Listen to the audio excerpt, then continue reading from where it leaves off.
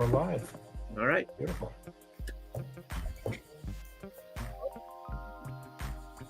I'm Greg Titus. With me is my co-founder, Bob Powell, and member of our advisory board and CFP extraordinaire, Lee Baker. And I've got to mute my computer. I don't know. They might like listen to the music more than they like listening to us talk. Yeah. There you go. That's better on my side. All right, so we're ready to go, and we've already got people saying hello. That's great. Good deal.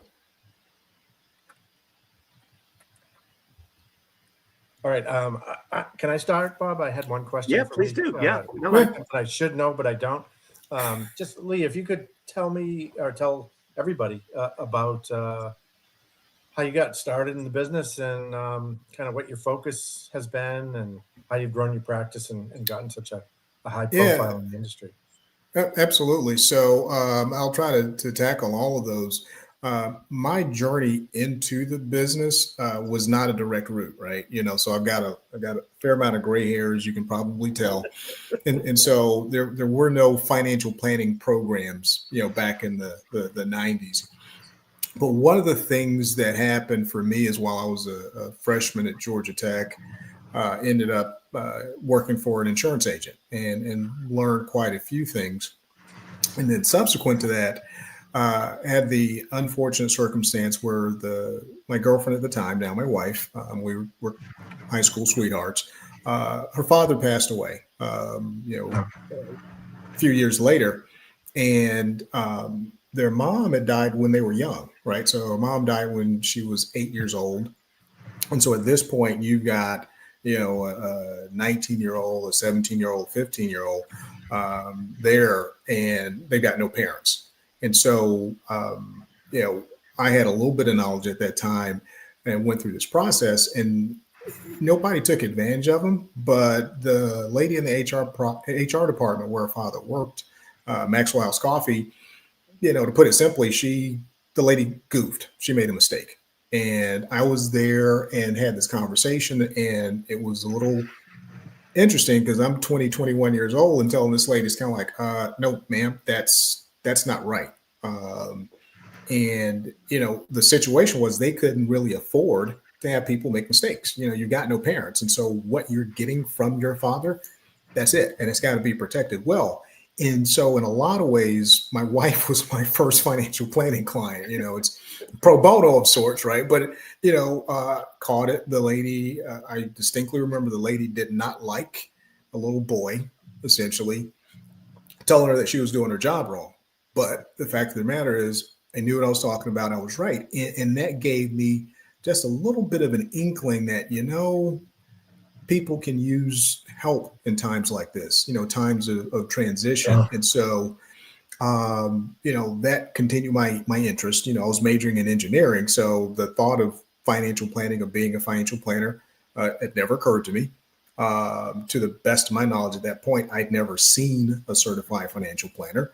And so it was, seeing insurance agents and stockbrokers. But at that point, early 90s, hadn't seen any certified financial planners. And so come graduation time, Jeff offers me a job. I'm getting paid the same money that my buddies, my roommates who were engineers at GM and other places. And I'm like, yeah, I get to stay in Atlanta. I'm making the same money as my buddies who are engineers. It'll work. And so that's how things began. As it relates to being involved in the industry and some of those things. Lee, actually, can I interrupt you for a second? On your website, sure, absolutely. which is clarusfinancialadvisors.com. Yep. Mm-hmm. You make mention of the role that your father played in your absolutely life. And I would love for you to talk a little bit about that. Yeah. So, with my dad was legitimately my hero, right? My father pastored some small churches, North Florida, South Georgia. I don't know if we got any Georgia Bulldog fans on there. I'm a Georgia Tech guy, but, Dad, all of the Bailey kids, Dad baptized them, Champ, Boss, and, just great people from down there, folks in Georgia. I love them to death. But my dad always said, listen, you don't get to come to church and just sit in the pews. You need to be involved. You got to do something. And that sort of ethos led me to, okay, if I'm going to be in this world of financial planning, I've got to be involved. And that led to me getting involved and joining what at the time the current organization is FPA, the Financial Planning Association. But back then you had the two organizations, the IAFP, ICFP, and found myself in one of those positions where they needed, committee chairs and that sort of thing. And, I raised my hand. I didn't really know what I was doing, but, like, hey, I'll give it a shot. And, things just went from there. And so I'm still a member to this day. And, that idea, that wisdom, that ethos from my dad has carried through my life. You get involved, you give back, to whom much is given, much is required. Yeah. I just had a similar conversation with my wife. I was fortunate when I was at Arnold Advertising and wanted to become a vice president. They said, you're doing a great job in your job, but if you want to be on the management team here, you need to figure out a way that you can go above and beyond and start to give back. Gotcha. And so they got me involved in the YMCA of Greater Boston, and I did a whole bunch of pro bono work. I actually won an award and everything. Nice. Thing that we did. Nice. And it was a great lesson for me because that's something that I got from my parents too. And, it was always about giving back and getting involved in your community. And that's why I started, I was on the board for the local hockey association. I was a baseball coach, a volleyball coach, a soccer coach. Gotcha. Involved in my church, finance committee. Giving ministry, all these different things. And to this day, I get involved in a lot of different things. Massachusetts Innovation and Technology Council, I was a board member there too. Bob's Cool. The same way, I know. Yeah, absolutely. But we're talking about you today. And like you, influenced by my father, who was involved in so many outside activities, whether it was town politics or union activities or government state house activities. Right. It was just, it was lead by example. Yeah. You gotta do more than sit on the pew. Yeah. Yeah. So that's a great saying. That's a good way to get splinters. Cool. Yeah. So yeah, I mean, and then I guess while at FPA, I guess that's where our paths initially crossed, and involved in the organization. I think I can't remember the exact year, but at some point joined the national board of directors, and I think at the time I was the first African American to serve on the national board of directors. Learned a lot, got lots of friends and great memories from that time being on the board of directors, and it's been a wonderful experience. Wouldn't change a thing. It was 2008. 2008. Thank you. Man, that seems so long ago.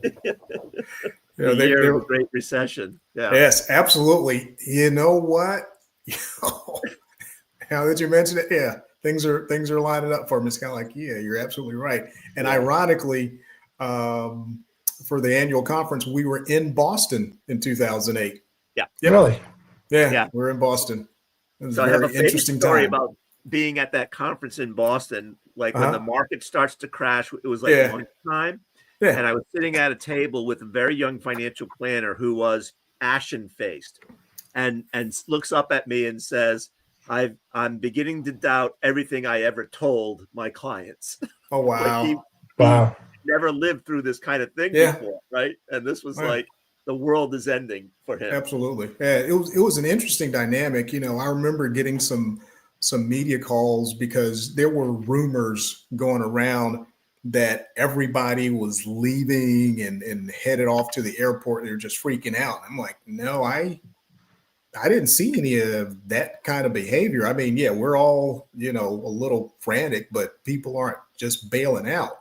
And one of the memories I have from that week, can't remember what, publication it was, but, just kind of like, hey, Lee, what do you think's going on? And I knew that I needed to answer that question honestly, but I was afraid to give my honest answer, which was, I don't know. But in my head, I was like, dude, you got to come up with something, because if you say, I don't know, they're never going to call you again, to ask you anything. So you're never going to be any magazines or anything along those lines. But I said, you know what? You can't BS this, man. And I just said, you know what? I don't know. This whole number of things, it might be this, it might be that, but I'm not going to lie to you. I don't know. I don't know. Yeah. This is crazy. Well, the world was ending, right? You had Yeah. Bear Stearns, Lehman Brothers, Yeah. right? AIG, on and on. All and on. that. Yeah. So it was a crazy time. What you could have said, though, what I do know is that these things go in cycles, and then come 2025, the Dow will be at 45,000. Exactly. I could have done my old Johnny Carson routine and been Karnak the Magnificent. Hey, that's maybe not a bad time to segue into what's going on right now. Yeah, it's you can say I don't know if you want, but I don't think that's the case anymore. No. I know a few things. So no, no guy. Yeah, I got a guy. No, what's that saying? May you live in interesting times. And so we are absolutely living in interesting times, whether it's AI or crypto or what have you. Some very interesting things. So I don't know. It's going so fast too. Yeah. So make sense of it for us. Like how do you put all this chaos into like a coherent view? Well, I will tell you this. Sometimes I feel like Rain Man, or there's this show my wife and I used to watch where there's this guy who's really smart, and I'm not suggesting that I'm as smart as this guy, but he'd like start seeing stuff kind of, like on a wall and just kind of piecing things together. But there are times when you sit there and, I think perhaps, my education from an engineering background helps here, where there's a whole lot of moving parts, not just the markets, but when you start to talk about the lives of our clients, there's a whole lot of moving parts, and it's a very complex system. And so if you tweak one thing over here, you maybe think about like the butterfly theory or whatever. What are some of those impacts? And so I think back to some of the conversations with clients back in April, hey, we've got the quote unquote Liberation Day. What's going on? What should we do? And, I will say this, I only had about 3 or 4 conversations that were getting me out of the market, right? And was able to make sure that nobody got out of the market. But there were a few instances where we did a little bit of trade-off, right? Where it's kind of like, hey, listen, I know this is nerve-wracking. This is different, right? We haven't had this thing happen before, but this ain't the end of the world. I don't know how this is going to play out, but how about we do this? And so, heavily access some buffered strategies.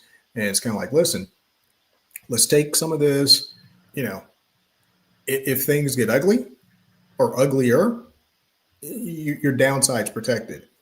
But if this turns around and it heads back up, you are only going to get maybe half the upside. And you got to promise you ain't going to be mad at me when it comes review time. And it's kind of like, well, hey, my portfolio's lagging. You got to remember that we had this conversation and you said, shave off, some of the risk here. But again, like I said, I think that might have been 3 to 4 conversations. So, but I'm a big fan of buffering, Lee. And I'm curious, when you think about buffering, is it the entire portfolio or a portion of it? For me, it's a portion Actually, of it. Can you guys define what that is? Oh, absolutely. Thank you. So with buffered strategies, imagine, if you will, you've got a fund that says, hey, we're going to basically mimic the index. Most of them, they're looking at the S&P 500, right? And so you've got a situation where the idea is that if you put the money into this fund, you let it stay there for at least a year. The vanilla version says you won't lose any money other than the expense of the fund, right? But in exchange for that, you're going to give up some of the upside, so that if the market turns around from the date of purchase, or the date that particular fund goes live, if the market then turns around and goes up 15 or 20%, which is about what happened when we go back to, April or the May series, you've given up some of that upside, so that if you take a look at that same fund that's essentially following the S&P 500, you're only up about half of what the S&P 500 is actually up this year. So that's your trade-off. So for some people who are maybe nervous Nellies, people who are in retirement, near retirement, and they're like, I get it, but I just can't stomach it. It keeps me awake at night. Then yeah, we allocate some there, because I don't want to. I wouldn't feel comfortable taking that whole strategy for an entire client's portfolio, right? It's just it's too much, because again, you've saved this money for years. It's not like you're going to use all of it in any one year. Yeah. And so the idea is, let's protect enough so that if this thing goes down, if we have a 2008-ish kind of year, again, at some point in the future, you got to remember, as bad as that was, it was an 18-month event. And then when we're talking about, people's retirements and being in retirement 20, 30, 40 years, you don't want to take that much off the table for something that might last a year and a half. Yeah. In the old days, to execute that strategy, you had to sell a call and buy a put. But today there are now buffered products that you can buy with varying buffers, like +5, -10, +10, -15. So absolutely. You can sort of pick your risk tolerance. Yeah. One of the things that we're seeing in the industry as it relates to the clients that most financial advisors deal with, because, we hear all the news about the billionaires and that kind of thing. In the grand scheme of things, in the country of 350, 400 million people, there ain't that many billionaires, right? And, most of us financial advisors don't work with any of them. So as you come back downstream, so to speak, and we'll get that thin stream in there, as you come back downstream to the folk, absolutely, to the folk that, have worked and saved, and they've got hundreds of thousands perhaps, or maybe even millions, the tech that the truly wealthy have had access to for a while, we can do this now for our clients in a nice, neat package that works well. And so part of my thing, you mentioned on the website, for me, growing up a middle-class kid in Jacksonville, Florida, the idea is to bring a little bit of Wall Street to Main Street. So it works great for me. So we're seeing this democratization, if you will, of financial products that allows, the common man, so to speak, to be able to access some of those things that before was well out of reach for most of us. Yeah. Well, Lee, since you're mentioning the democratization, one of the things we're witnessing is the democratization of alternative products. Absolutely. Like private credit, private equity, et cetera. Absolutely. And we're now witnessing them being introduced into target date funds in someone's 401k plan. And there's a great deal of debate about whether these things make sense for the average investor. Absolutely. Yeah. So, it's interesting. One of those things you mentioned about getting, calls from the media, scheduled to go on air at CNBC, and I forget what the intended topic was, but President Trump, issued an executive order regarding alternatives in 401k plans. And, he sent me an email kind of like, hey, Lee, are you comfortable talking about that? And so I found myself, talking about the executive order. Now, my personal opinion is all of my clients that I manage personally have alternatives in their portfolio, right? There's either we're accessing real estate somehow, we're accessing private credit, or again, private equity. And at some point, I'm highly inclined to believe, we'll be adding some infrastructure, right? My basic thesis is that for our clients, we want to invest in the market, and the market is everything, right? So we don't say we're going to invest in the market and we're only going to do U.S. stocks. Well, that's not the market. The market, the investable market, there's a whole lot of asset classes. And so to the extent that we can get in and offer it to our clients, I want to do that. So now when we pivot and say, hey, listen, what about in 401ks? Well, the devil's in the details, right? It's always in the details. And so, that executive order, I think it was like 2.5 pages. Okay, so it's, it was light on details, right? It's kind of like, hey, yeah, go do this.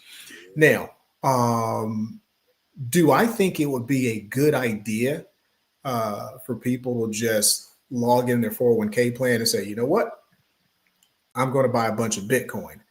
That would give me heartburn.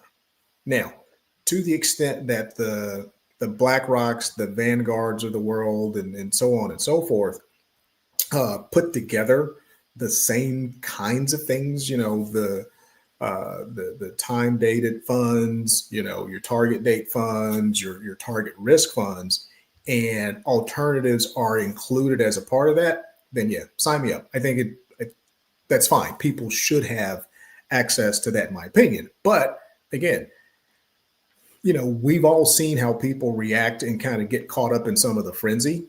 Right now, people are worried about, Bitcoin. I mean, I'll open the curtain on family secrets, if you will. One of my daughters sent, in our family text chat a couple of days ago, Bitcoin's not doing so well, right? Now, they all own Bitcoin because I buy Bitcoin on occasion and just send it to them via the Cash App thing. And it's kind of like, do you actually need the money? Well, if you don't really need it, just leave it alone. I gave it to you. You didn't really work for it. It's yours, so you can do what you will do with it. But again, it's easy to get caught up in that, right? And so people see it hit 100 and go over 100, and that creates a frenzy. As humans, certain numbers really get us excited. It's kind of like when the lottery approaches $1 billion, then people kind of go, okay, well, yeah, maybe I'll go buy a ticket. And I'm like, what? 20 million wouldn't have changed your life? So you wait till it gets to $1 billion. That's a big number. It sounds big to us. Same kind of thing with, Bitcoin. It's kind of like, ooh, it's 100. Let me get in now. And it's lost a quarter of its value in the last 5-6 weeks. It's incredibly volatile, right? But I would worry that inside of a 401 people just kind of go in and darn near start day trading. So I think that would be a bad idea. But to the extent it's in packaging similar to what's currently available with asset allocated type options, I think that'd be perfectly fine. Yeah. Greg, you had a laundry list of questions.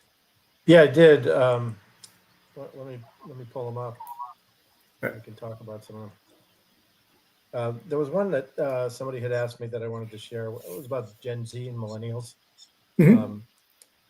With all the student debt they have, they're trying to buy houses, the crypto stuff that you just talked about.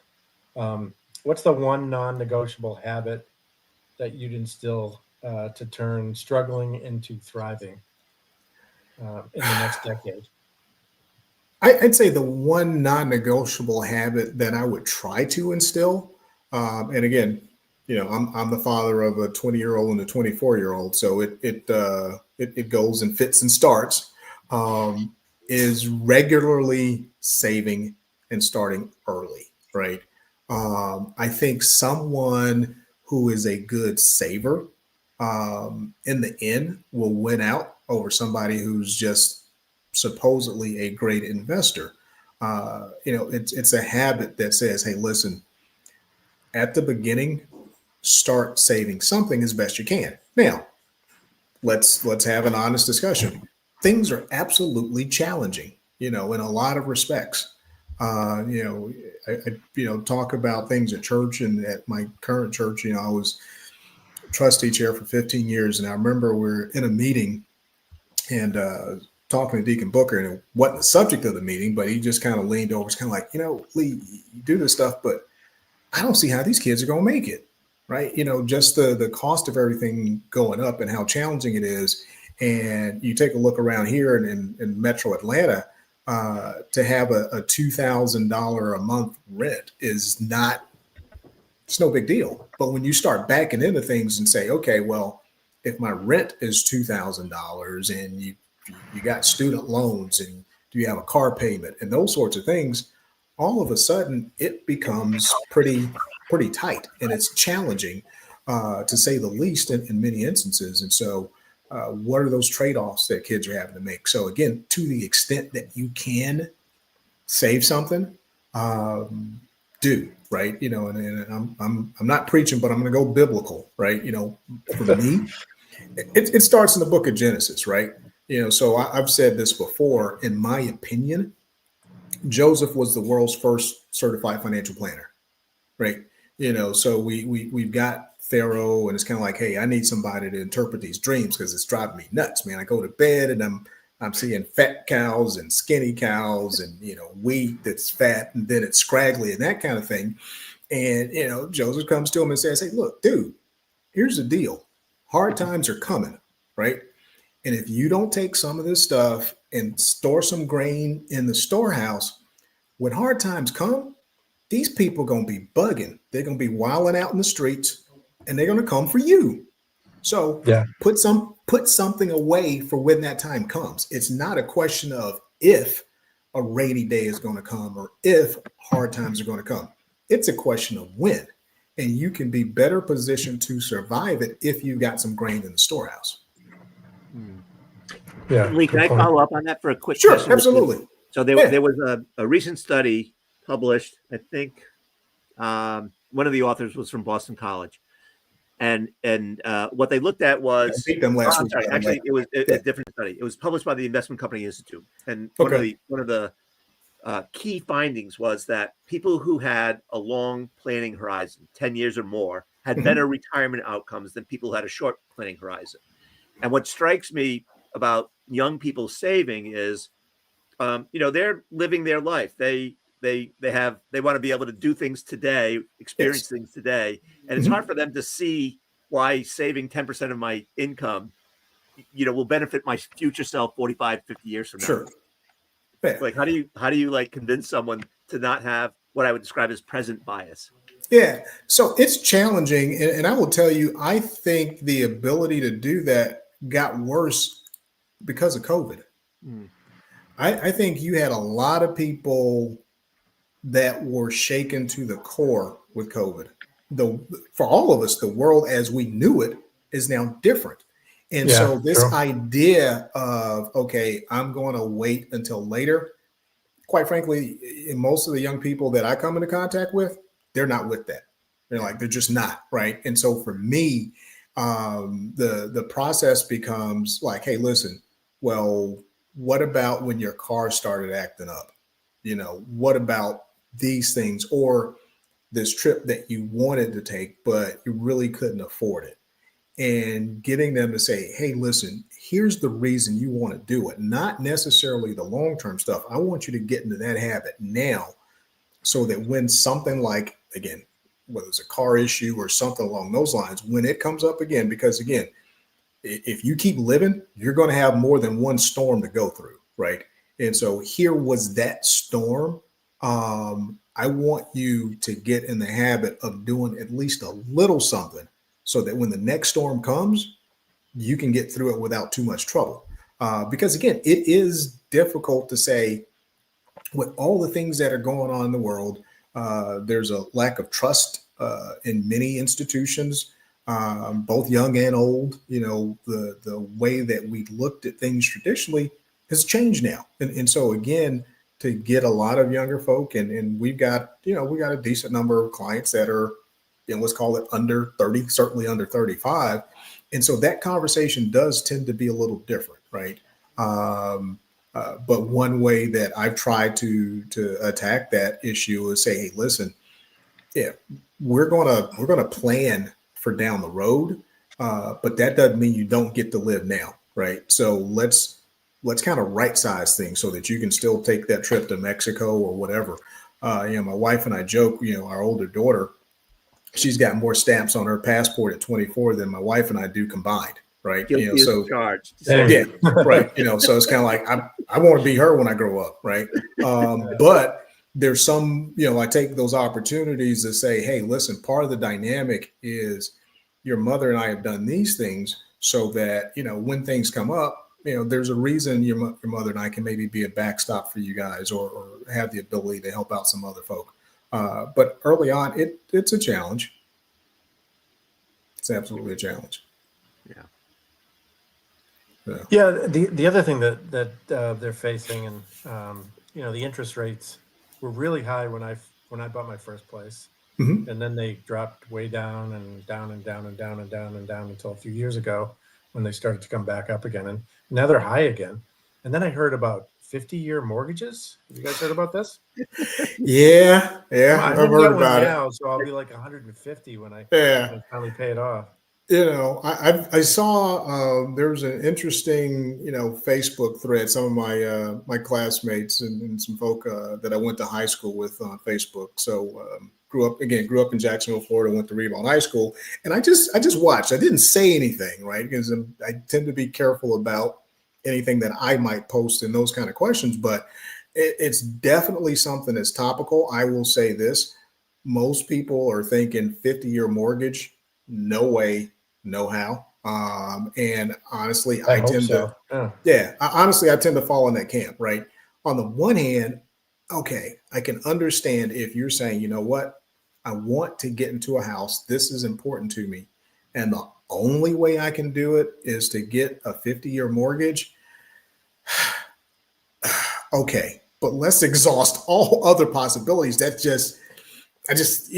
Here, let's look at what these numbers might look like. I think it'd be a bad idea, right? Yeah, On the surface. right, the interest charge would be greater than the value of the house over the life of Yeah, the mortgage, right? yeah, yeah, Yeah. and probably multiple so, right? Yeah. So Yeah. you would earn the privilege of paying $1 million or more dollars for the average $400,000 house, Yeah. and that's not a terribly good trade off, if you will.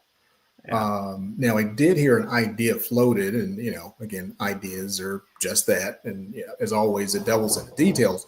But this idea of, let's call it portability, as it relates to interest rates on loans, I'm like, okay, I'm not sure how you make that work, but if they could figure out a way to make it work, that'd be a good idea. But it's interesting, Greg, when you mentioned, when you bought your home and then interest rates were low. If you think about it, if we're talking anybody, let's say under age 40, um, prior to 2, 3 years ago, the entirety of their adult lives, we were in a zero interest rate environment, Mhm. right? Yeah, true. 2008 had happened. And so you got 14, 15 years where cheap mortgage rates were just, that was normal. And so to them, 3, maybe 4% interest rates, that's what they're supposed to be because that's what they've known all their adult lives. The decades before 2008 and back to where we are now and out into the future, historically, that's more normal. But for them, they're normal for, again, let's call it a 40, 42-year-old. They're normal. It's a low interest rate. Yeah, a little different than well, Yeah. when I bought my first condo, my interest rate was 9.25, and it was a 40-year adjustable mortgage. So 3 years in, it went up to 11 and something. Yeah. And I had to sell it because I couldn't afford the monthly payment. Yeah. And when you got that 9%, you're probably happy to get it, right? Now Yeah. I wasn't, I was alive during the Carter era, the 70s and that kind of thing. But I mean, you're looking at 12% interest rates and that sort of thing. It's kind of like, how does that work? But again, these things go in cycles, right? And so again, for a good chunk of the population, all they know is those low interest rates. So adjustable rate mortgages are coming back in style, yes, given the right, and it's kind absolutely. of interesting. When I bought this house where I'm in now years ago, I did have an adjustable rate mortgage, but I paid it off as if it was going to be at the highest rate it would have been adjusted to. Gotcha. So like I was, and paying down principal so that I would Absolutely lower the balance. But I knew that the risk was if it went up from whatever 8 to 14, I could at least pay it. Yeah, absolutely. And that's a great strategy that works today, whether we're talking about mortgages or financing a car, right? Hey, maybe you finance the car for 5 years, but you make payments. Again, affordability isn't absolutely an issue. But I told my children, hey, listen, maybe you finance it for 5 years, but you make 3-year or 4-year payments so that you don't get beat up too bad, from an interest perspective. There's ways around it if you really want to get it done. Not to say that it's not challenging, because it is. I mean, I look nowadays. I think I saw something not too terribly long ago. It's kind of like, well, the average car, we've hit $50,000 now for the average new car. Yeah. I know. Can you believe it? Yeah, it's wild, right? And it's funny. My brother and I, we were together in Columbia, South Carolina this past Saturday, and we started talking about our dad. My father never bought a new car, right? He'd always buy something used and that kind of thing. And Michael's like, yeah, and you just like him. And I'm like, okay. I think those are bragging rights. Yeah, I'll take that. It's kind of like, yeah, it's so right. My car is what? My car's 13 years old now. I know I'm going to have to replace it eventually, but yeah, that Infinity's been good to me. So I think I have you beat. I have a 2008 Volvo wagon. Oh wow, nice. Yeah, he does. I've seen it. Yeah, and the mechanic says there's no reason to get rid of it. It runs perfectly fine, and there's no rust on it. Yeah. Lee, you mentioned a buzzword that I think everyone's talking about right now, which is affordability. Like, it's becoming harder and harder to afford the standard of living that you want. Absolutely. Yeah. Yeah. It's certainly a challenge, and I think it's a challenge no matter what part of the country you're in, right? For a while the buzzword was eggs, okay, and that's receded a little bit. But I don't know if either the two of you guys do any grocery shopping. I actually do most of the grocery shopping, here in the house with my wife and I, and part of it's because I like to cook. After, looking at numbers and the markets and that kind of stuff all day, cooking is actually cathartic for me. I enjoy it, I have fun, and fortunately, I'm pretty good at it. But you go to the grocery store and you look in the buggy, and it's like, damn, I spent $150, and that's all I got. It's challenging, right? And so if you sit there and think and kind of go, okay, I'm looking at my buggy, and kind of going, what the heck happened to that $150? What about the people who are making 10, 15 bucks an hour? What does that look like? It's absolutely challenging. And so I've seen some data, going back, a few decades, that ratio between the pay of the average worker versus a CEO was in the 20-30 kind of range. That gap has widened, right? And so I think that dynamic is causing some of the tension that we're seeing in society, right? When you've got people that are getting up, going to work, you can understand the frustration of, hey, how many hours do I have to work to be able to take my family to the movies, right? And so I don't think it's something that's insurmountable, but when we talk to our children and the younger generation, I think some of the conversations are going to have to be a little different, right? At the barbershop yesterday, I had a conversation with the father of some children. They went to school with our two girls in elementary school, and it's kind of like, hey, you have a conversation about what the kids are doing and that sort of thing. And the daughter, she went to college, and she's going into the psychology field. But when it came time for her son, the son was like, Dad, I don't think college is for me, right? But he said, I think I want to go to airplane mechanic school, right? And airplane mechanics are not poor, right? Yeah, they do quite well. I have a friend who's a right. And so I think we're going to have to encourage our children to look at some things. I mean, it seemed to me that for a while, things like going to trade school became a dirty word, right? And I remember one article I wrote years ago about going to, let's call it the elite Ivy League schools, and the wisdom of taking on debt, to go there versus, going to, state university and not taking on the debt. And I argued like, no, go to the state university. When you look at the pay gap on average, the Ivy League engineering kid isn't making that much more or any more than the kid that graduated from Georgia Tech with a degree in engineering. So why take on $100,000 in debt and have that overhang so that maybe it makes you feel better? But if you're talking about making a living, then yeah, you got a kid that's like, I don't know that 4 years of college is for me. And I'm going to go learn how to be an airplane mechanic. Oh, yes, do it. Yeah. And don't look back. I'm a big proponent of that kind of thing too. Absolutely. I have friends in the trades. They've been very successful in their careers. They do very well. And you look at a lot of these kids, especially the ones that go to, not even Ivy League, but, a notch down or 2 notches down. Mm-hmm. Those smaller schools, the liberal arts colleges especially, they're expensive. And then you come out and you are saddled with all this debt, and yet you can't find a career that's going to help you get that money back. You're much better off going to a state school or going to a trade school where you're not going to have that debt hanging over your head while you're trying to, save to buy a house, save to get married, a nice car, whatever.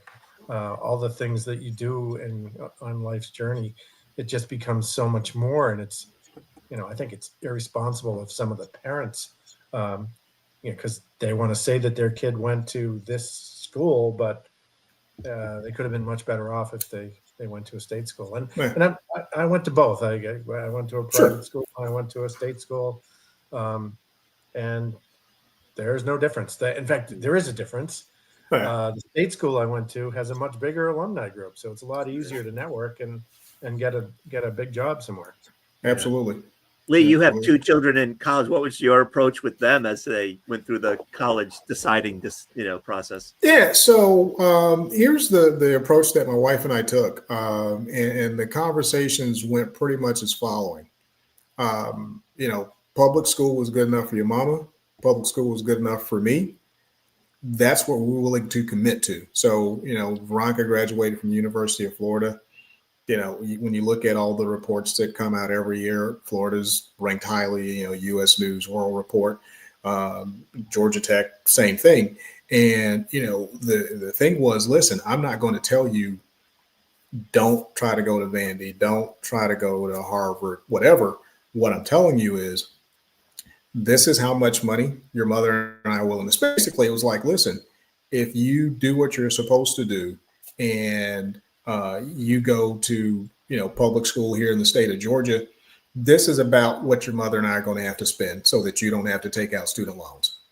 That's the number, right? If you decide to go somewhere else, the number doesn't change.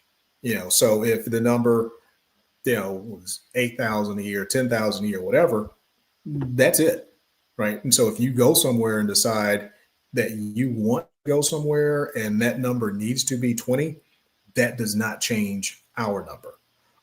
And we were clear about that very early on. And so when it came time to go through that process, particularly with our oldest child, we said, hey, here's what you're going to do. You're going to apply to 3 state schools. You can apply to 3 schools that, it's kind of like, yeah, this is kind of where I really think I want to go. And then, you can apply to, some stretch schools. Now, I had to rein our oldest daughter in. She's like, Daddy, I'm doing the applications. And she was at the office and said, hey, give me your American Express card. And she just yells over and goes, she gives me this number. And I'm like, whoa, wait a minute, hold on. That number's too big. What are you doing? Yeah. And, and one of the schools was an Ivy League school. And I said, okay, now listen, let's have a discussion. I know that you're really interested in going to the University of Chicago. She was planning on majoring in psychology, and Chicago had, a top ranked psychology program. But, do you really want to go to this other Ivy League school, or is that just kind of a vanity application for you? And it's like, okay, I'm like, take it off. I'm not about to spend $100 for you to just stroke your ego. So no, take that off. But at the end of the day, as it turns out, where she really wanted to go was North Carolina A&T. So it's an HBCU there in Greensboro, North Carolina. That's where she wanted to go. She got a full ride scholarship. I like to describe what she got as an athletic scholarship for nerds, right? Really bright kid. She was valedictorian in high school, cheerleader, captain, homecoming queen, that kind of kid. And so it's like, this is great. But what she also knew was if her plan was to become a psychologist, there's grad school coming. And so part of that decision making was, if you have the opportunity to go and get your undergraduate degree essentially free, and Veronica and I got to pay all the stuff, the things that don't go directly to the school. Yeah. Knowing that you got another 4, 5, 6 years of college after that, you want to save that money that your mother and I would have spent undergrad for grad school, because it's a different animal. And so that's the road she went down. Our younger daughter, the discussion was the same. She landed on Alabama A&M over in Huntsville, Alabama. She wanted to major in construction management and stay in the Southeast. So, your choices are Georgia Tech, Georgia Southern, Auburn, Alabama A&M, North Carolina A&T. And we did the visits, she saw everybody in Kennesaw State. That's Kennesaw is North Atlanta. We did the visits, and, she applied, and, they got in. They got in everywhere they applied, but she felt most at home at Alabama A&M. And at the end of the day, for us, it's kind of like, where do you feel comfortable? With the caveat that's kind of like, okay, from an educational standpoint, and when you get out and career placement and those sorts of things. But if you assume we get across that hurdle with everything else, if that's where you feel most comfortable, baby, let's do it. Yeah, and that's a really good point, because sometimes, like a big school's intimidating to a kid when they're coming out. Yep. My daughter at first didn't want to go to a big school, so her first year she went to Babson. Okay. She ended up transferring to UMass Amherst, which was where I went to undergrad, and loved it. She had a wonderful experience there.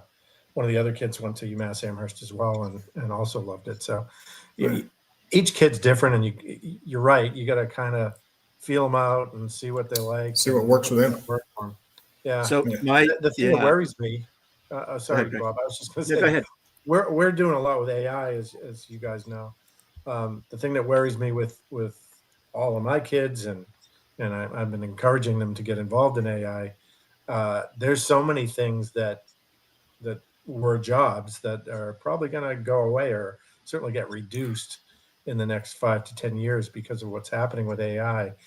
And I think right now you gotta have a conversation with your kids about how can you position yourself going forward so that you're going to ride the wave instead of getting knocked over by it. Yeah, it's I think it's a legit conversation, and my theory and what I've suggested to my children and quite frankly myself and others. I don't think it's necessarily going to end up being that you'll lose your job to AI. You're going to lose your job to the person that knows how to use AI. That's a good way to look at it. Yeah. Okay. Because, if you're in there and you're doing whatever it is that you do, if she can utilize AI, she's going to be able to do whatever it is, better than you. It kind of reminds me of, I'm going to show my age again, but the $6 Million Man, the Bionic Man. Love that show. At the beginning of the show, we can build him better, stronger, faster. Stronger. Yeah. AI has the capability to make us all bionic, if you will, and we'll be able to do things, better, faster, stronger. And Bob. it's called bionic. augmented. Yeah. Not so much artificial. Bob, you're bionic, right? I am bionic. You get some I've extra got a, extra parts. titanium bolt in my elbow and a titanium knee. There you go. There you go. I have to at the airport. I have to yell metal to go through that special machine. Gotcha. You Love yell it. metal and I yell mental. Uh-oh. Lee, Yeah. we have whatever 6 or so minutes left. I'm curious. Like we're at year end, and I'm really interested in like what's the best year end financial planning tips that you have to end the year, but also what are the best tips to start the new year off on the right financial foot? I'm going to say it's two sides of the same coin. When we think about some of the conversations we're having with clients most recently, this time of year with a lot of our clients, we're talking about charitable giving strategies, right? For people who are charitably inclined, taking a look and saying, hey, listen, maybe there are some things you can do to help with your income this year. So if you're at or near a bracket, let's do some things to make sure that you stay under and don't tip over into a higher tax bracket.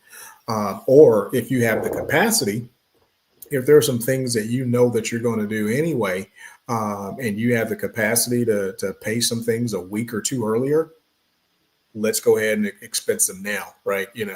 I had a conversation with one of our clients. We're doing a review at the beginning of the year, and he was talking about potentially buying some equipment and going ahead and buying it this year. And I said, well, yeah, I mean that is a strategy, but is it equipment that you're really inclined to use, right? So don't necessarily advocate expensing things and lowering your income just for the sake of avoiding taxes, right? Want it to make sense, because if instead of buying that piece of equipment, maybe you use it to pay off some debt, right? Again, if you've got a few thousand sitting there, sure, you can buy a piece of equipment and lower your expenses. But do you also have, a credit card balance sitting there as well?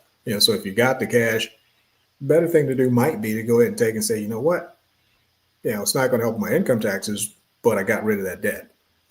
So, taking a look at some of those decisions, when it comes to sort of taking a peek over the fence and looking and saying, hey, well, what does 2026 bring? Part of that has been, getting out, first of all, me getting my arms around OB3 or the current tax legislation. And so the impacts of the different things that affect all of us for the tax legislation. I often tell people, I'm like, listen, when it comes to your money in politics, I'm agnostic. I don't care blue or red. It doesn't make sense. When if we're talking about your money, it's purple. Okay. And so you may not like, who's in office at a given time. That's not my concern or my issue. What I do know is this legislation is now the law of the land. And my job is to figure out how to best make it work for you. And so through that lens, we take a look and say, hey, are there some things that we can do and game plan for 2026 to help you best take advantage of it? And if you don't have a plan, let's get one, right? And so we have those kind of conversations, and I'll be talking to a couple tomorrow, that's starting to think about, that next chapter in life, if you will. And part of that goes to, okay, let's visualize, right? The tagline at our firm, have a vision, make a plan, be well. It begins with having that vision. What is it that you see? And again, I'm not trying to predict the future, but what do you want to do, right? And if that's what you want to do, let's, draw out a map, so to speak, and try to get you there the best way we can. Oh, the people.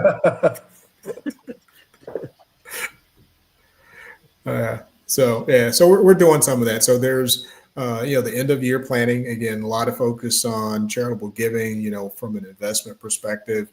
Are there some portfolio positions where maybe we can take a loss and offset them against some gains? Did you own some NVIDIA early, right? You've made this money and you bought something else. Well, we can sell what you lost to get some of the stuff from NVIDIA to try to level things out a little bit and do some of Yeah. your plans. Are there some trips you're planning to take? Are there some expenses? Do you have children? What are we looking to potentially do on that front? Yeah. Lee, for folks who, I mean, under OBBB, the standard deduction is now that much higher. Mm-hmm. And the percent of people who might be able to take advantage of itemizing maybe is fewer, perhaps. But you mentioned charitable giving. For some people who have the means, establishing a donor advised fund could be one of those ways to put yourself over the standard deduction and be able to Absolutely. itemize. Yeah. Is that a strategy that you recommend? Yeah, absolutely. Yeah. So again, got to do the funding for one tomorrow and get. I think there's two more we're going to have to get set up by the end of the year. So when people think about donor advised funds to help our viewers understand, charities and you've got these foundations that give out money. Well, setting up a donor advised fund is like setting up your own mini foundation, so to speak, right? So there's community foundations, I'd say, in every major city in America. There's firms like Schwab and Vanguard that have them as well. So there's lots of places you can go to get one set up. But the idea is it's kind of like, you know what? I've got $25,000. I'm going to go ahead and put that into this donor advised fund now. So you've effectively given that money to a charitable entity. But then you get to decide, it could be next year, 2 years, 5 years, 10 years down the road, where you want that money to go. But you've already gotten that tax deduction here in 2025. You can continue making contributions to it. And as long as when the time comes, that you want to the firm that you're working with and say, hey, I want to send X amount of dollars to the Babson College, foundation, or I want to send it to my temple, my synagogue, my church, the local hospital. All of those things are open. Now, to be clear, one of the things you can't do, for example, I can't open a donor advised fund and then turn around and give my daughter a scholarship and then write her a check and make that that dog won't hunt, right? But again, we can send money from the donor advised fund to the University of Florida, Georgia Tech, and so on. Yeah, but it's a great strategy. Yeah. Another strategy that we've talked to people about is similar in concept to starting a donor advised fund, but it's kind of bunching, right? So if you normally give charitable contributions, and again, this is all dependent upon whether or not you've got the cash available to do it. Maybe you give more in this year so that you get enough to get you above that threshold, above the standard deduction. And so that, this year you're giving more, you got a bigger deduction, you take the benefit for it, you won't be making those contributions next year. We'll get to 2027, you do it all over again. But the way it averages out, it lowers your overall tax burden. So rather than giving that same amount year after year, you just kick it up a notch every other year to, again, over time, lower your overall tax burden. Yeah. So the last charitable giving tactic that I want you to address would be QCDs, qualified charitable contributions. Yeah, love them. So we do have some clients, and imagine, if you will, this quote unquote little old lady. She's living in the same house that her husband bought, and maybe he passed away, and she might have been a school teacher, so she's got a pension, and she was a good saver. And now, you get to age, well, it was 70 and a half, and now 73, where government says, hey, listen, you know what?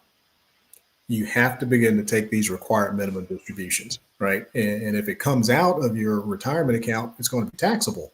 But hey, here's an exception, right? If you send that money straight to the church, if you've been going to church all your life and you're tithing, it's more tax efficient for you to send that money from that retirement account than for you to write a check. Because if you're writing a check, that money's come from somewhere and it was taxable. So instead, let's send it straight to the church. And it's interesting as I think about this is a real person who's in our family in a similar situation. So my father was a minister, and so was his father. And so there's the little family church, if you will, in Northeast Florida. And we've got a family member got the retirement, and it's kind of like, hey, listen, maybe we should do this thing called qualified charitable distributions, right? And so, here's why it's better for you, so on and so forth. And so she agreed to it, and we send out the check. She, made contributions to maybe 5-6 different charities, and one of them was the church that my dad and the rest of the family kind of grew up in. Well, let's just say they weren't accustomed to seeing checks that size come in the mail. They actually thought it was fake, kind of like some sort of things that come in the mail that look like checks. Yeah. But then somebody said, "Oh, wait a minute, that says so and so. So maybe we ought to call." And so they did call, and it's like, no, that's real. You need to take that to the bank. That's really a check that really did come from me. That's a good thing. Yeah, that's a good thing. But they were about to throw a sizable check in the trash. Goodness. So, but excellent strategy. When I sold my motorcycle, I had this person contact me and tell me that they were going to send me a check, FedEx me a check overnight, and it was going to be more than what I had asked for, and if I could please cash that check and then send them back the remaining money. So it was a real looking check. I shared it with one of my local constables, and they said, you don't want to do anything with this. Yeah, you don't we'll hang on to it for evidence. But I mean, we did a show about scams recently, and they are so sophisticated now. They're all over the place. We could talk about scams all day long. That's one thing all of our clients need to understand to be aware of. Yeah. They're getting more sophisticated, and I know we touched on AI just a little bit. AI, that's right. AI is making it easier for scammers to scam. Yeah, unfortunately, there's I saw a study recently. I can't remember exactly where it came from, but the percentage of people that think AI can be a benefit or be a good thing is actually pretty high. But the percentage of people that think they can identify AI fraudulent stuff is actually pretty low. And I guess the bad news is it's getting better, right? It's progressed to where the images early on, you'd see a human hand and it'd have 7 or 8 fingers. Yeah. It's kind of like, no, they've got us down to 5 fingers now, right? And the sounds are more natural, and they can take a picture of the 3 of us just standing here, and then it creates a conversation, and our bodies are moving naturally. And so it's getting to be more and more challenging with AI. And I think that's going to, again, make some of the scammers scammier. Yeah. So sadly true. Yeah, absolutely. Well, we're past the hour. We should probably wrap up. Absolutely. Thank you so much, Lee. This is great. No, I enjoyed it. We're going to do this more often. Let's do it again. Yeah, let's do it again. Let's run it back. For our viewers, leave comments, like, share the content. Please subscribe to our channel. That's we like. I don't know where the button is, but let's pretend the button's right there. Yeah. Thanks a lot, everyone, for joining us. We had quite a few people watching live. I'm sure there'll be a lot more that watch it once it's archived. As I mentioned earlier, Lee, it'll be overnight, I think, before it gets processed by YouTube and then pushed out as an archive. But absolutely, people will be able to watch it. So feel free to share it with your friends and relatives. I'll do it. All right. There's a few people that might see themselves in some of these comments. All right. Thanks, guys. Be well. Enjoy it. Be well. Bye. Yeah. Happy Thanksgiving. Same to you.